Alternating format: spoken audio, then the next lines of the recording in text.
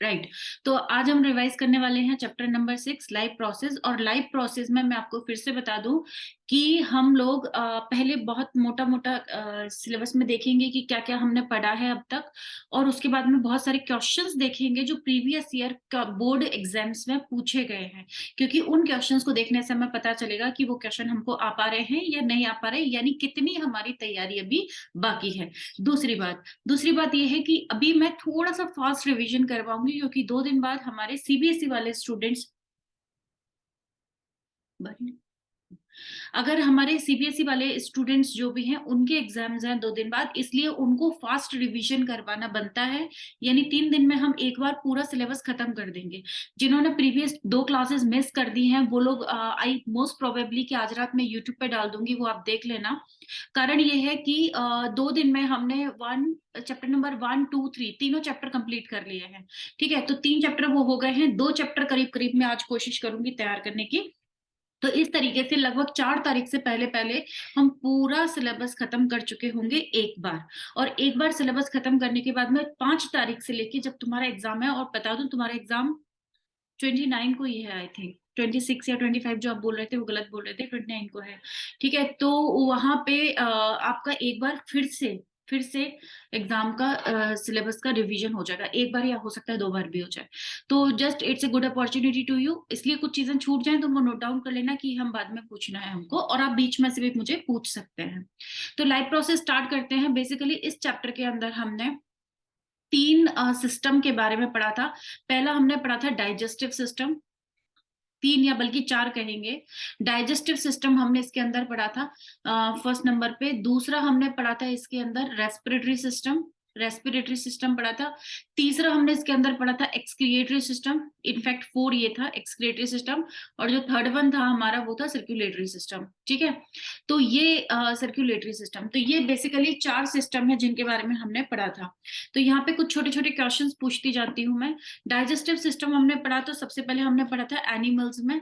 तो एनिमल्स में जो डाइजेस्टिव सिस्टम पढ़ा था वो हमने पढ़ा था अमीबा में। तो अमीबा में जो सिस्टम होता है, कौन मुझे समझाएगा कि अमीबा में डाइजेस्टिव सिस्टम कैसे काम करता है, या अमीबा अपना फूड कैसे लेता है? Who is going to answer me? We are going to start with the Shivam. Today Divyanshi is not there. Okay Shivam, tell me. Pseudopodia pseudopods. तो सबसे पहले हमें सूडोपोड्स विद शब्द द याद हेल्प ऑफ रखना है। स्यूडोपोडिया। सूडोपोड्स होते हैं बेटा, उनके जो पैर होते हैं उनको सूडोपोड्स कहते हैं। मेथड इज सूडोपोडिया, कैसे यू कैन से, है ना। तो यहाँ पे क्या होता है, ये अमीबा होता है, और जिसके पास फूड आता है तो ये अपने कुछ इस तरीके से पैर जैसे कुछ क्रिएट कर लेता है, धीरे धीरे ये बढ़ते चले जाते हैं और ये फूड इसके अंदर चला जाता है। इसके अंदर क्या होता है जिसकी वजह से इसके फूड का डाइजेशन हो जाता है?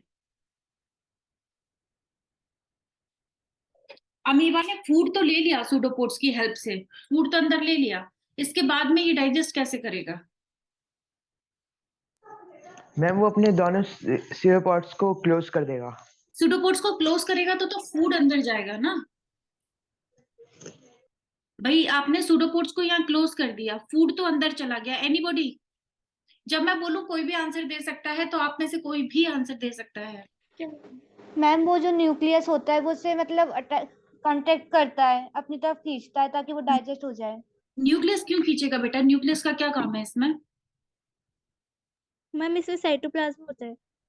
हाँ, ये तो साइटोप्लाज्म तो यहाँ होता है बेटा, ये फूड साइटोप्लाज्म में चला जाता है। मतलब साइटोप्लाज्म या पूरे में होता है, ये साइटोप्लाज्म में फूड चला गया। वही तो मैं कह रही हूँ कि फूड बाहर था, सूडोपोड्स ने उसको पकड़ के अपने अंदर ले लिया, अब फूड साइटोप्लाज्म में आ गया। अब साइटोप्लाज्म में ऐसा क्या मिलेगा उसको कि वो फूड डाइजेस्ट हो जाएगा? हम्म। सेल्स। सेल नहीं बेटा, ये सेल तो एक ही सेल होती है ना। अमीबा में एक ही सेल होती है, अमीबा में एक ही सेल होती है, उसी के अंदर फूड चला गया। इसके अंदर होता है एंजाइम। भूल गए आप enzyme? What is enzyme? My next question is what is enzyme?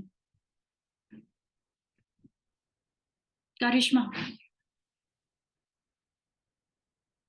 Ma'am enzyme protein के बने होते हैं ठीक है। और ये जैव उत्प्रेरक होते हैं हाँ ठीक है, बायो कैटलिस्ट होते हैं। ठीक है। और ये भोजन के अकार्बनिक जटिल पदार्थों को सरल पदार्थों में तोड़ते हैं। कैटलिस्ट होते हैं, ठीक है, जो कि बायोकेमिकल रिएक्शंस को करने में हेल्प करते हैं, यानी जैव रासायनिक अभिक्रियाओं को करने में सक्षम होते हैं। इसके कारण भोजन का पाचन शीघ्रता से होता है, ठीक है। ये भोजन के पाचन के लिए नहीं बने होते, ये तो शरीर की सारी क्रियाएं करते हैं। तो सारी क्रियाएं कौन सी होती हैं? जैव रासायनिक क्रियाओं को, यानी बायोकेमिकल्स को, बायोकेमिकल रिएक्शंस को ये परफॉर्म करते हैं, इसीलिए हमारा फूड डाइजेस्ट इससे जल्दी हो जाता है, ठीक है। इसके बाद हमने पैरामीशियम का पढ़ा। ओ नाइस, यहाँ पे फोटो भी मिल गया हमको। देखिए ये आपका अमीबा है, और अमीबा के पास ये फूड आया, फूड आने के बाद ये अंदर आ गया, अंदर आने के बाद इसके पास एंजाइम्स होते हैं, ये एंजाइम्स होते हैं जो इस पर अटैक कर देते हैं और ये फूड डाइजेस्ट हो जाते हैं। तो इस तरीके से आपको ये डायग्राम एग्जाम में बना के आना होगा। चलिए, इसके बाद हमने पढ़ा था पैरामीशियम। पैरामीशियम में हमने देखा था एक स्पेसिफिक होल होता है, एक स्पेसिफिक स्पेस होता है, जो पैरामीशियम की स्ट्रक्चर कुछ ऐसी होती है। तो वहां पे कुछ एक स्ट्रक्चर्स होता है, एक पर्टिकुलर जगह होती है जहां से फूड अंदर एंटर करता है और सेम एंजाइम वगैरह इसका फूड को डाइजेस्ट कर देते हैं। ह्यूमंस की बात करते हैं तो ह्यूमन में आई थिंक ये वाला चैप्टर आपको अच्छे से याद होगा। एक फूड कैनाल होती है जिसे हम एलिमेंट्री कैनाल कहते हैं, और उस एलिमेंट्री कैनाल में, लेट मी चेक, शायद मेरे पास कोई फोटो पड़ा हो उसका। तो एलिमेंट्री कैनाल होती है, एलिमेंट्री कैनाल में क्या होता है कि फूड अंदर एंटर करता है तो सबसे पहले माउथ में जाता है। तो माउथ में क्या प्रोसेस होती है, कौन मुझे बताएगा? मनीष, माउथ में क्या प्रोसेस होती है फूड की? There is buccal cavity हाँ, buccal cavity. and there is salivary gland also. Salivary glands होती हैं, वो क्या करती हैं? And with that, 30% starch will digest in mouth. 30% आपके में लिखा है क्या वैसे? No, ma'am. हाँ, तो सम ऑफ द फूड डाइजेस्ट, और वो भी स्टार्च है ना, स्टार्च डाइजेशन स्टार्ट हो जाता है। कैसे होगा स्टार्च का डाइजेशन, नीलिशा? मैम एंजाइम की हेल्प से। सिर्फ ये लिखना काफी होगा, एंजाइम की हेल्प से? Shivam? salivary amylase. Salivary amylase, yes. तो देखो माउथ का पूरा ये होगा कि माउथ में टीथ की थोड़ा बहुत फंक्शनिंग लिखनी पड़ेगी आपको, टंग की फंक्शनिंग लिखनी पड़ेगी, साथ में यहाँ पे हमारे पास क्या होती हैं, 3 सलाइवेरी ग्लैंड्स होती हैं। सलाइवेरी ग्लैंड से 2 चीजें निकलती हैं। पूरी चीजों को प्रॉपर लिखा करो, पूरा बोला करो। आपने सिर्फ इतना कह दिया कि माउथ को बगल कैविटी कहते हैं, यहाँ पे सलाइवेरी ग्लैंड्स होती हैं। जो हमारी सलाइवेरी ग्लैंड्स होती हैं, सलाइवेरी ग्लैंड से 2 चीजें निकलती हैं, वन इज म्यूकस निकलता है, और सेकंड वन इज क्या निकलते हैं, एंजाइम निकलते हैं। आपने ये नहीं बताया, फिर एंजाइम बताया तो उसका नाम नहीं बताया, that is known as a salivary amylase, ठीक है। मैं इसीलिए आपको चैप्टर पहले बोल देती हूँ कि कल हम क्या पढ़ने वाले हैं, आप रिवाइज करके आया करें। तो यहाँ पे सलाइवेरी एमाइलेज निकलता है, म्यूकस निकलता है। क्या करता है ये सलाइवेरी एमाइलेज का क्या काम होता है? ये कार्बोहाइड्रेट या स्टार्च का डाइजेशन कर देता है। किसका डाइजेशन कर देता है? कार्बोहाइड्रेट का डाइजेशन कर देता है, जिसे हम स्टार्च भी कह सकते हैं। इसके बाद में ये म्यूकस क्या करता है? अब चूंकि म्यूकस लिखा है तो इसका काम भी बताना पड़ेगा ना। तो इसका काम होता है कि ये फूड को स्मूथ, एकदम चिकना बना देता है, और फूड क्या करता है, अंदर एंटर करने में उसको आसानी हो जाती है। यानी अगर ये हमारा माउथ है तो हमारा फूड आसानी से अंदर मूव कर जाता है। इसके बाद नेक्स्ट पार्ट क्या आता है ये बताएंगी मुझे नंदिनी प्रियांशी। फूड नेक्स्ट कहाँ जाता है? मैम ईसोफेगस, एसोफेगस में पहुंच जाता है क्या सीधे? फायरिंग्स, फायरिंग्स में पहुंच जाता है, ठीक है।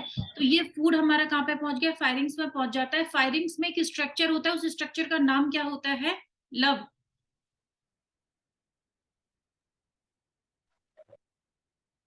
What ma'am?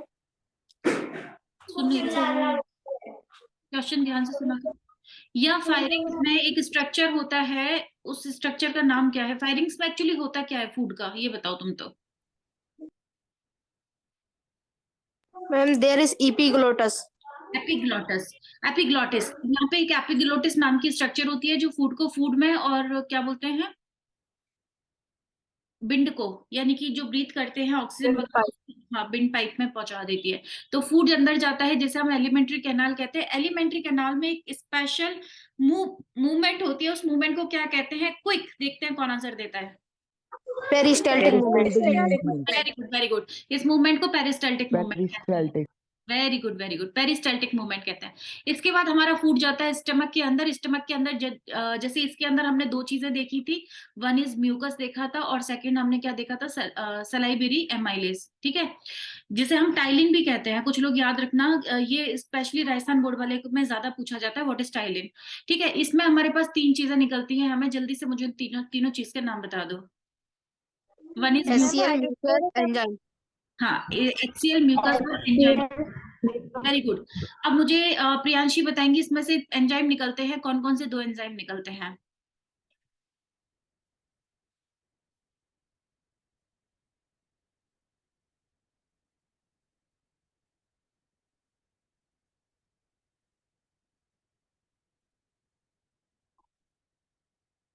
Manish. Pepsin and rennin. हाँ, इसमें निकलते हैं पेप्सिन और रेनिन। काम भी बता दो फटाफट। Pepsin digest protein and rennin digest milk protein. That is milk protein, very good. ठीक है, तो यहाँ पे मिल्क प्रोटीन को डाइजेस्ट कर देता है। ये HCl क्या काम करता है, HCl के दो काम बताइए। Killing bacteria and activate enzyme. हाँ, एक्टिवेट एंजाइम को करती है, एंजाइम को एक्टिवेट करती है, और क्या करती है, kill the bacteria. Killing bacteria. हाँ, किलिंग द बैक्टीरियाज करती है। और म्यूकस क्या करता है, HCl से आमाशय के आंतरिक अस्तर की रक्षा करता है। Very good. ये क्या करता है, म्यूकस क्या करता है, यहाँ पे जो HCl है उससे हमारे ये स्टमक की प्रोटेक्शन करता है, रक्षा करता है। अब क्वेश्चन आया हुआ है बोर्ड एग्जाम में, मैं आपको बोली थी बोर्ड एग्जाम की क्वेश्चन, वैसे मैं डिटेल में भी करवाऊंगी पर अभी भी बता देती हूँ। वहां पे क्वेश्चन पूछा गया है कि अगर हमारे स्टमक में या जो हमारी गैस्ट्रिक ग्लैंड्स हैं, यहाँ पे गैस्ट्रिक ग्लैंड्स होती हैं, गैस्ट्रिक यानी हिंदी में पता नहीं कौन सी ग्रंथियां कहते हैं, तो जो गैस्ट्रिक ग्लैंड्स होती हैं उन गैस्ट्रिक ग्लैंड से HCl निकलना बंद हो जाए तो क्या होगा। ये क्वेश्चन पूछा गया है एग्जाम में, तो क्या होगा आप लिख दें। उससे अगर म्यूकस निकलना, श्लेष्मा निकलना बंद हो जाएगा तो होगा ये कि हमारे HCl से हमारे स्टमक की प्रोटेक्शन नहीं हो पाएगी और हमें अल्सर हो सकता है। ठीक है, तो ये हो गया। इसके बाद में हमारा स्टमक टर्न कर जाता है। स्टमक टर्न करते समय यहाँ पे एक ग्लैंड काम आती है, जल्दी से उस ग्लैंड का नाम बता दो। लिवर। Liver. लिवर काम आता है, ठीक है। तो लिवर के अंदर एक प्रोडक्ट फॉर्म होता है, उस प्रोडक्ट का नाम क्या होता है, Bile Bile juice. Pile juice का नेचर कैसा होता है, Basic in nature. Basic in nature होता है। ठीक है, ये बेसिक इन नेचर होता है। ये बाइल जूस यहाँ पे आके स्टोर हो जाता है, इस जगह को क्या कहते हैं, Gallbladder. गॉल ब्लैडर कहते हैं। इस जगह को गॉल ब्लैडर कहा जाता है। फिर गॉल ब्लैडर से ये जो इधर आ जाता है जूस, उसका क्या काम होता है, ये क्यों आ रहा है यहाँ पे अंदर, क्यों आ रहा है ये हमारे डाइजेस्टिव सिस्टम में कूद कूद के। मैम वसा का पाचन करता है ये ये और बसा का पाचन, emulsify करने के लिए.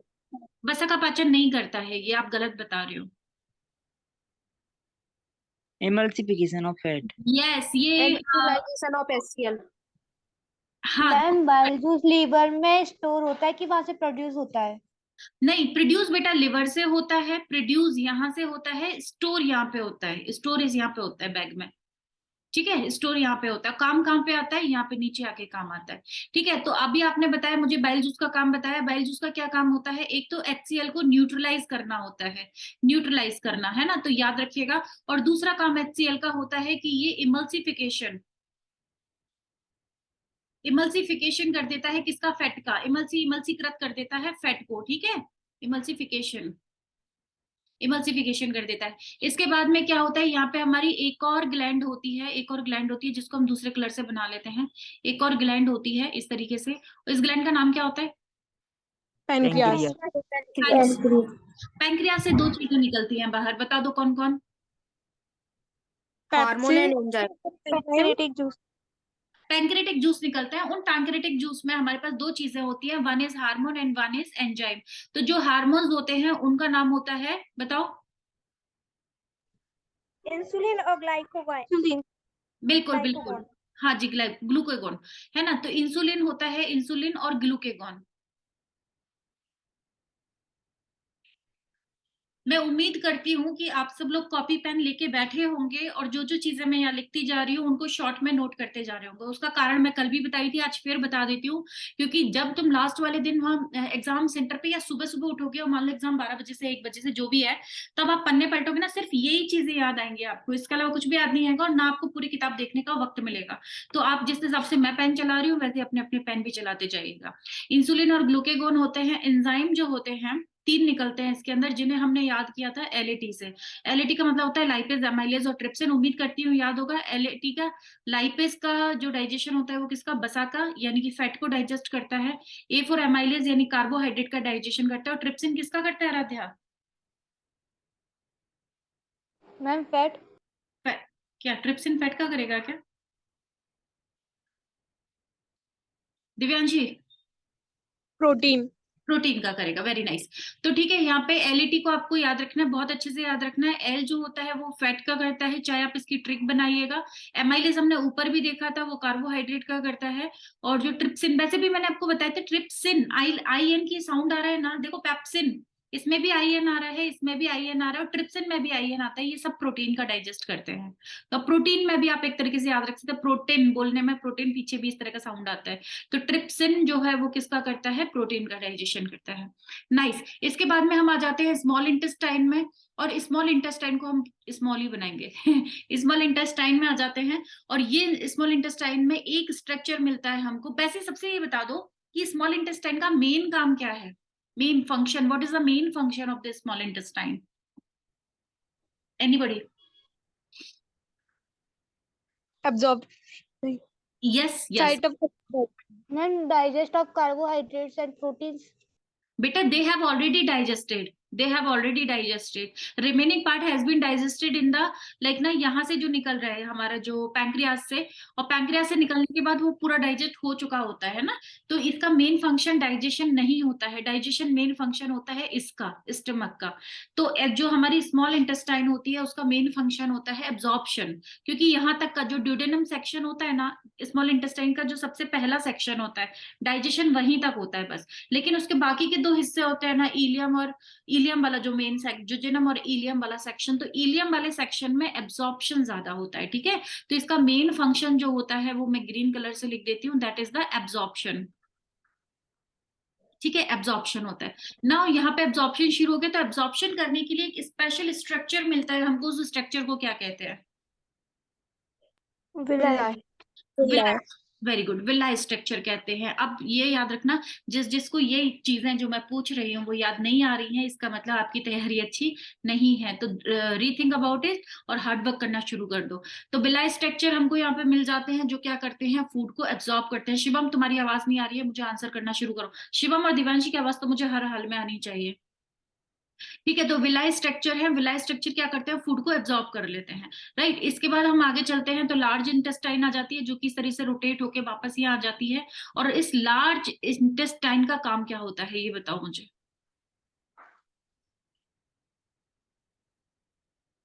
लार्ज इंटेस्टाइन का काम क्या होता है? जो एक्सेस वाटर मिनरल्स होते हैं उन्हें एब्जॉर्ब करना। ठीक है, जो एक्सेस एब्जॉर्प्शन, एक्सेस जो वाटर वगैरह रह जाते हैं उनको एब्जॉर्ब करना होता है। और अगर कोई फूड पार्टिकल अनडाइजेस्टेड रह जाता है तो उसे रीडाइजेस्ट करना। वैसे रीडाइजेशन का इतना काम होता नहीं है इसका, लेकिन इसका काम रीअब्जॉर्प्शन का ज्यादा होता है। तो रीअब्जॉर्प्शन का काम होता है लार्ज इंटेस्टाइन का, एब्जॉर्प्शन का काम होता है स्मॉल इंटेस्टाइन का, डाइजेशन का काम होता है इसका, है ना, किसका, स्टमक का। और च्यूइंग वगैरह करना, फूड को छोटे छोटे पार्टिकल्स में ब्रेक करने का काम होता है बकल कैविटी का। और ये सारी बातें हम यहाँ पे देख ली। लिवर जो होता है, लिवर, पैंक्रियास और यहाँ पे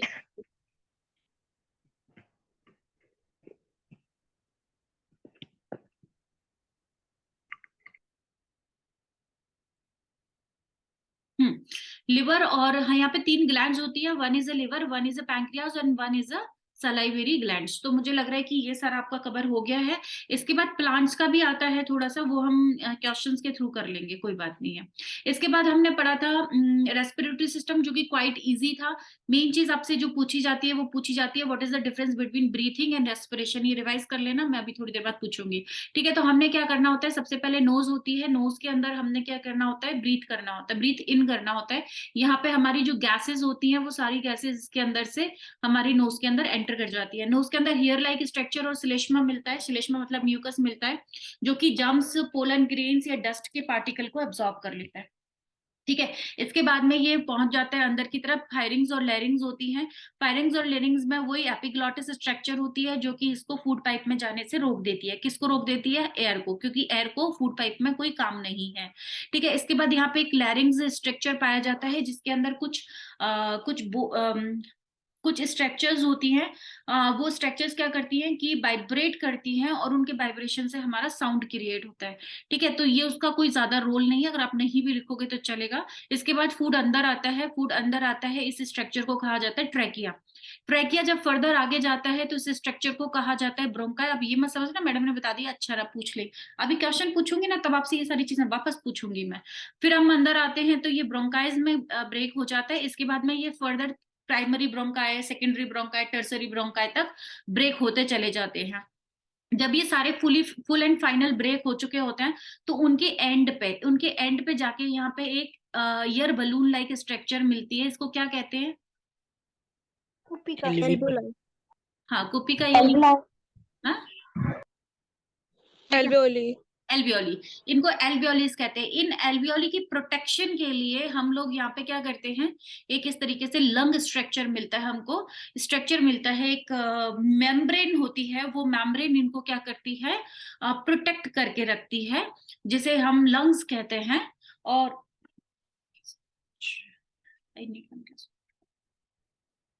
इसको हम लंग्स कहते हैं। इन लंग्स को भी कौन प्रोटेक्ट करता है, कौन बताएगा? इन लंग्स को कौन? Ribs. रिब कार्टिल। हाँ, रिब कार्टिस। लेकिन मैं बताऊं आपको, ये जो रिब्स होती है ना, that is not the part of the respiratory system, that is the part of the skeleton system. ठीक है, बस हमने ऐसे देख लिया कि वो उनको प्रोटेक्ट करने का काम करती हैं। ओके, अब क्या बस यहीं तक काम है इसका, और कोई काम नहीं है यहाँ तक? He's saying hi to you. ठीक है, सो यहाँ पे क्या हुआ कि जो एयर है वो एयर यहाँ तक आ गई है, हमारे कहाँ तक, एल्वियोलिस तक आ चुकी है। अब इसके बाद में क्या होता है कि ये यहाँ पे ना ब्लड वेसल्स होती हैं। ये ब्लड वेसल्स यहाँ से कनेक्ट होती हैं किसके साथ में? ये इसके आसपास से ब्लड वेसल्स निकलती हैं, वो यहाँ कनेक्ट होती हैं। बता सकते हो ये किसके साथ कनेक्ट हो रही होंगी? डायफ्राम। हार्ट। मैम हृदय के साथ। हार्ट। हार्ट के साथ कनेक्ट होंगी बेटा, हार्ट के साथ कनेक्ट होंगी, क्योंकि ये ब्लड कहाँ पे जाएगा, हार्ट में। अभी हम सर्कुलेटरी सिस्टम पढ़ेंगे तो हम देखेंगे कि ये सबके सब कहाँ पे कनेक्ट होंगी, हार्ट में जाके कनेक्ट होंगी। ओके, सो ये हार्ट के साथ कनेक्ट हो जाएगी। तो बेसिकली हमारा इतना ही काम है। अच्छा, हार्ट में ये क्यों कनेक्ट हुई है? क्योंकि इन्होंने अपनी जो ऑक्सीजन थी ना, वो अपनी ऑक्सीजन किसको दे दी? हार्ट को दे दी। हार्ट इस ऑक्सीजन को क्या करेगा, हार्ट इसको पंप कर देगा, ब्लड को पंप कर देगा, और हमारा ब्लड यहाँ से मूव करते करते कहीं किसी सेल के पास पहुंच जाएगा। कहाँ पे पहुंच जाएगा? सेल के पास। और इसने जो ऑक्सीजन दी थी वो बाया हार्ट के माध्यम से होते हुए, यहाँ पे हमारा हार्ट है, ये बड़ा प्यारा सा चौकोर वाला हार्ट है हमारा, तो ये हमारे हार्ट से होते हुए कहां तक चली गई? किसी सेल के पास चली गई। अब सेल में क्या होगा, दिव्यांशी मुझे ये बताएंगे।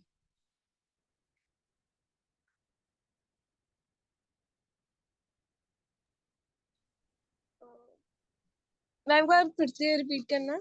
फिर से रिपीट करना, नींद आ गई थी?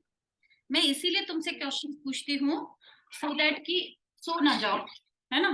देखो, मैंने ये कहा कि हमने यहाँ से ब्रीथ किया, ब्रीथ करके ऑक्सीजन अंदर आई, ऑक्सीजन अंदर आई, ये पहुंच गई एल्वियोली, ट्रैकिया से ब्रोंकाई, ब्रोंकाई से होती हुई एल्वियोली तक पहुंच गई। एल्वियोली ने ये पूरी ऑक्सीजन ब्लड को दे दी, ब्लड हार्ट में से होते हुए किसी सेल के पास पहुंच गया। ये कौन है? हमारी सेल। अब यहाँ पे क्या हो रहा होगा ये मुझे बताएंगे शिवम और दिव्यांशी, मिलकर इसका मुझे आंसर देंगे। मैं इनको प्रायोरिटी क्यों दे रही हूँ? क्योंकि इनके परसों एग्जाम है, तो रिमांड तो इन्हीं की लगनी चाहिए सबसे पहले, है ना। हाँ जी। मैम सेल्स बॉडी तक पहुंचा देंगे। अरे बाबा, बॉडी में ही होती है सेल।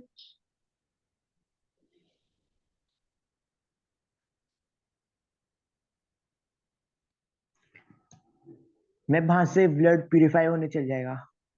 प्यूरिफाई होके ही आया है ब्लड। प्यूरिफाई तो वैसे भी लंग्स में होता है।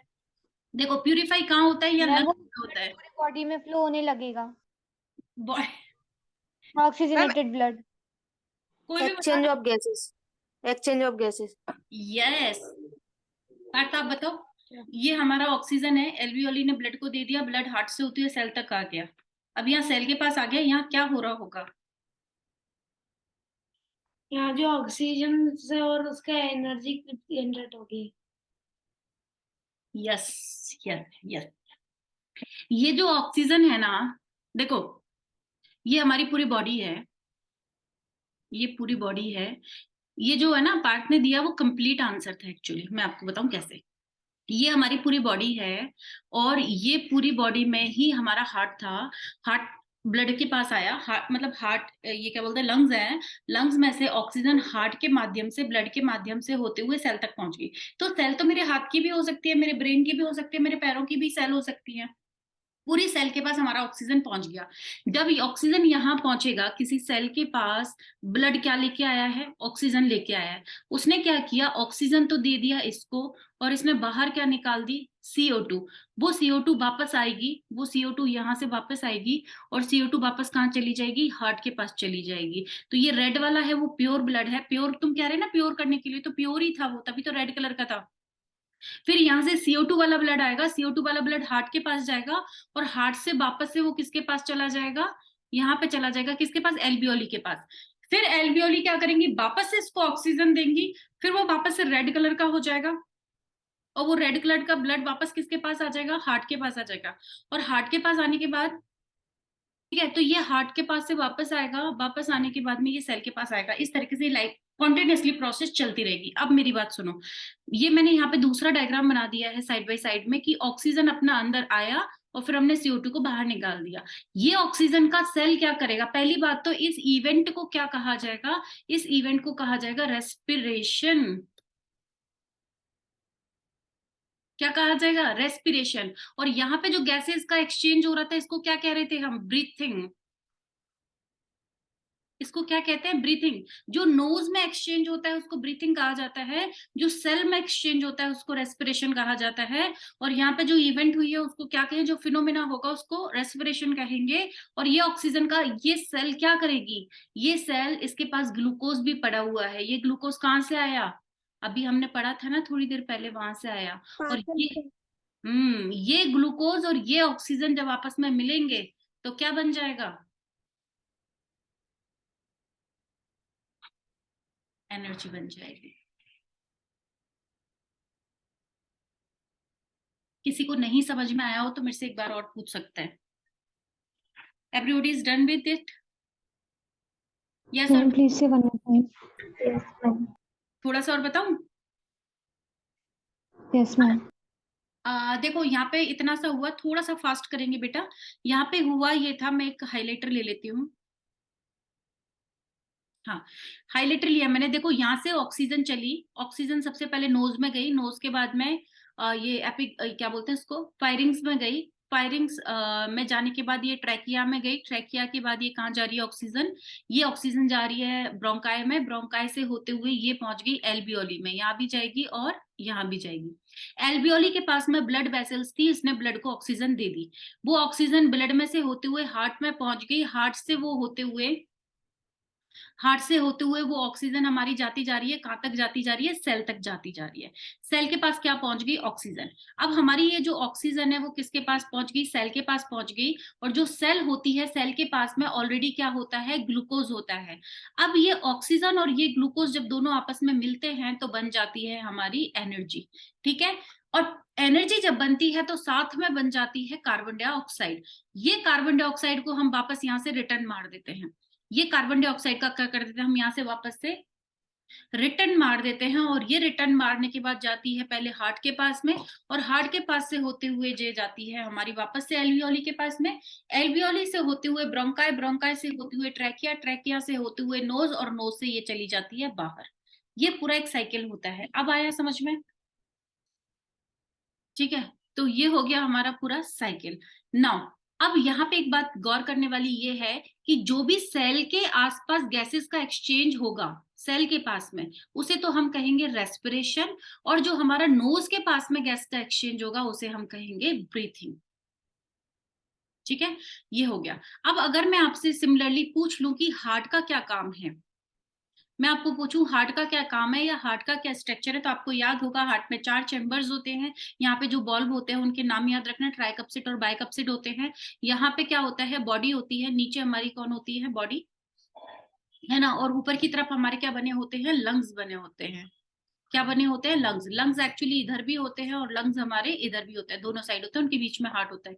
ठीक है, तो यहाँ से हमारा क्या होता है, बॉडी से impure blood, impure blood blue colour का बना देती हूँ मैं, इम्प्योर ब्लड आता है और राइट आर्टरियम में आ जाता है, राइट आर्टरियम से राइट वेंट्रिकल में चला जाता है, राइट वेंट्रिकल से होते हुए ये हमारा चला जाता है लंग्स में, यहाँ भी जाएगा और यहाँ भी जाएगा। जब लंग्स के पास जाता है तो उसके पास ऑक्सीजन है, ये हमने अभी थोड़ी देर पहले ही देखा था, वो ऑक्सीजन वाला ब्लड को वापस बुलाएगा। ऑक्सीजन मतलब इसको कन्वर्ट कर देगा, इसको कन्वर्ट कर देगा किसमें, ऑक्सीजनेटेड ब्लड में। वो ऑक्सीजनेटेड ब्लड हमारा आएगा लेफ्ट आर्टरियम में, लेफ्ट आर्टरियम से आएगा लेफ्ट वेंट्रिकल में, और लेफ्ट वेंट्रिकल से होते हुए वो हमारा चला जाएगा पूरी बॉडी के अंदर। ये होती है हमारी पूरा सर्कुलेटरी सिस्टम। ठीक है, हमारे जो सर्कुलेटरी सिस्टम, सॉरी, जो ये पूरा सर्कुलेटरी सिस्टम हो गया, ये हार्ट हो गया। तो आपसे हार्ट पूछे तो हार्ट लिख देना, सर्कुलेटरी पूछे तो पूरा लिख देना। अब जल्दी से मुझे दिव्यांशी आंसर करेंगे, why our body is known as a double circulatory system. Ma'am first जब ब्लड बॉडी से राइट एट्रियम में आता है, वहां से प्यूरिफाई होकर lung में जाता है फर्स्ट वो, उसके बाद जो ऑक्सीनेटेड ब्लड होता है वो अगेन क्या बोलते हार्ट के अंदर लेफ्ट एट्रियम से लेफ्ट वेंट्रिकल में जा होके वो बॉडी में जाता है, हाँ, वो होती है double circulation. So in total what we can say in just one line, एक लाइन में हम इसे पूरा कैसे बोलेंगे। मैम ब्लड First- हार्ट में दोबारा आता है। हाँ, हार्ट में दोबारा आता है। ठीक है, और क्या कह सकते हैं, कौन बताएगा, कोई भी, एनीबॉडी।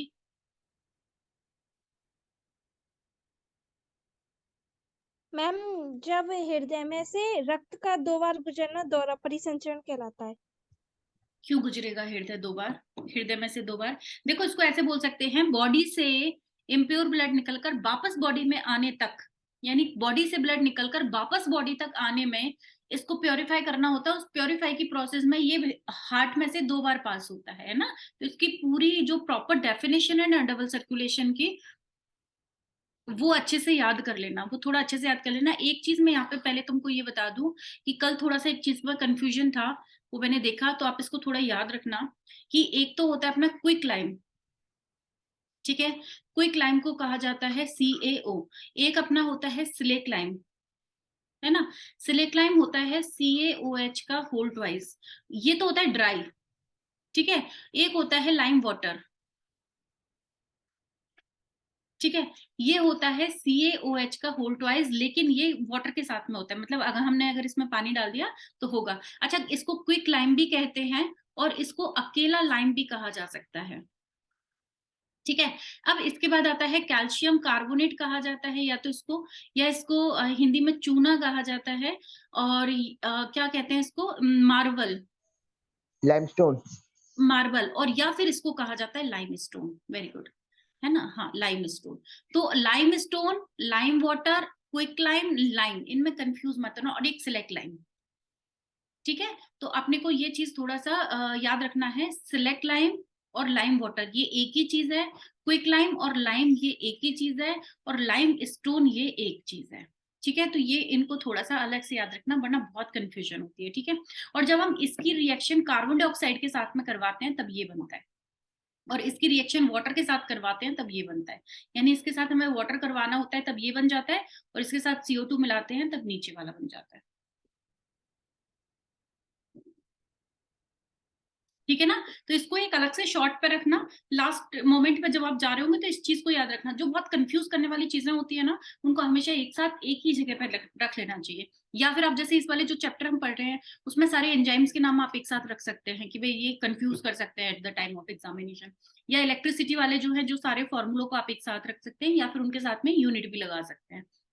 तो ये एक आपको जाते समय एक टेबल याद रखनी पड़ेगी, दैट इज द, जो आपने वो पढ़ी थी ना लाइट वाले चैप्टर में कि कहाँ पे रखते हैं तो पोजीशन क्या होती है, उसमें 4 टेबल हैं। तो उन चारों टेबल को आप क्या कर सकते हैं, एक ही साथ एक ही पेज पे रख सकते हैं। तो ये कुछ ऐसी चीजें हैं जो बिल्कुल एग्जाम में घुस रहे होते हैं ना, उससे पहले जस्ट एक बार नजर डालनी होती है। एक पेपर पे आप कुछ फॉर्मूले भी लिख सकते हैं, जैसे बेरियम क्लोराइड, एल्यूमिनियम क्लोराइड या एल्यूमिनियम सल्फेट, या इस तरीके के जो फॉर्मूले हैं आप उनको भी नोट डाउन कर सकते हैं। तो ये कुछ कुछ चीजें थी जिनको आप जाते जाते थोड़ा सा नजर डाल लेना।